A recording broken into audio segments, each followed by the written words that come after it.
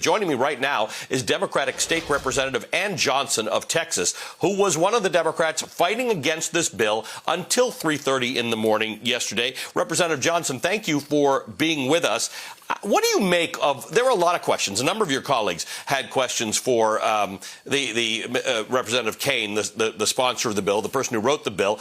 Many of these things he claims he didn't know about, the racist origins of these things, the fact that there isn't a problem with voter fraud in Texas, despite the fact that your deputy governor, your Secretary of State there is looking for fraud, your Attorney General, I'm sorry. They didn't seem to have a purpose for this bill. You're absolutely right, Allie, and thank you so much for bringing attention to it. They do have a purpose for this bill, and the purpose for this bill is the only way that they can keep power is to keep voters from the ballot box. And so just as you said, our Secretary of State called this a safe, secure, and successful election in 2020. And what we saw was an increase of voter turnout, which speaks towards turning the tide away from the Republican Party and having a vision of new ideas for Texans around our economy, around our health care. And so they know what's coming. And if people continue to vote around ideas and not around partisanship, they're going to lose their power.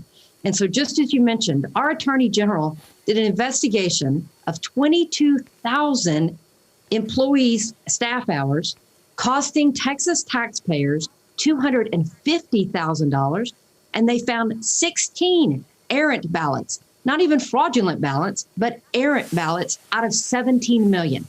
So there is no voter fraud in Texas. And what we're seeing here is just a form of voter suppression and, unfortunately, our long history of intimidation against communities of color.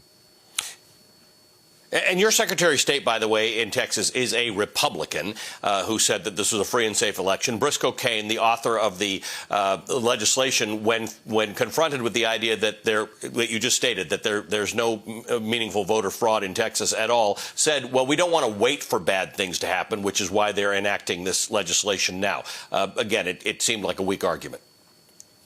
It's incredibly weak, and it's off of what they've been doing. Let's talk about what we've experienced this week. It was not just the voter suppression, but in this week alone, we saw Texas Republicans criminalize safe and free abortions, criminalize our right to protest, criminalize homelessness, and then ended it off with an extreme form of voter suppression by criminalizing the ability to participate in a free election.